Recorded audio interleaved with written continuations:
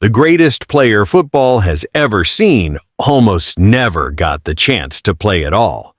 This is the story of how a boy too small for his own local team became a legend the entire world would kneel for.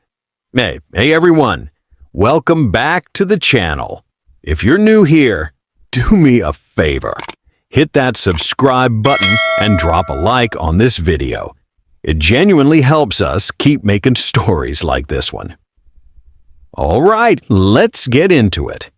Lionel Andres Messi was born on June 24, 1987 in Rosario, Argentina, the third of 4 children in a working-class family. His father worked at a steel factory. His mother cleaned houses part-time. Football wasn't a luxury in that house. It was simply what the Messi family did. At just 5 years old, he tried out for his first local club, Grandoli. The coach almost turned him away. He was far too small. But his grandmother refused to accept that answer. She pushed for him to get a chance on the pitch. He never forgot it. Even today, every time he scores, he points to the sky, a tribute to her. At 6, he joined Newell's Old Boys, his hometown club. He became part of a youth squad so dominant it earned a nickname, the Machine of '87. Across 4 years, that team lost almost nothing. And in the middle of it all was a boy who could barely be tackled. But at around 10 years old, something else became impossible to ignore. He had stopped growing. Doctors diagnosed him with a growth hormone deficiency. His body simply wasn't producing what it needed to develop normally. Without treatment, he might never grow past the height of a child. The treatment was a nightly injection, and it cost hundreds of dollars a month.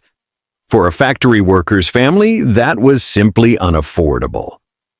His club tried to help for a while, but couldn't commit long-term. For a boy who lived for football, this was the moment his dream nearly ended before it began. Word of his talent reached FC Barcelona. Their sporting director watched him train and made a decision on the spot. With no contract paper on hand, he wrote the terms on a napkin. It became one of the most famous napkins in football history. In September 2000, 13-year-old Lionel and his father left Rosario for Barcelona. Barcelona's academy, La Masia, agreed to cover the medical costs that had threatened his career. It was a new country, a new language, and a painfully lonely adjustment for a homesick teenager. He worked his way up through Barcelona's youth ranks and made his first team debut in 2004 at just 17, one of the youngest in the club's history. It didn't take long for the world to notice something extraordinary was happening on that pitch.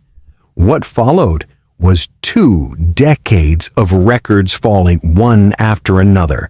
Most goals in a calendar year, most goals for a single club, and Ballon d'Or wins that no other player has come close to matching. 8 in total, more than anyone in the sport's history. For years, though, one prize stayed just out of reach: a World Cup with his country.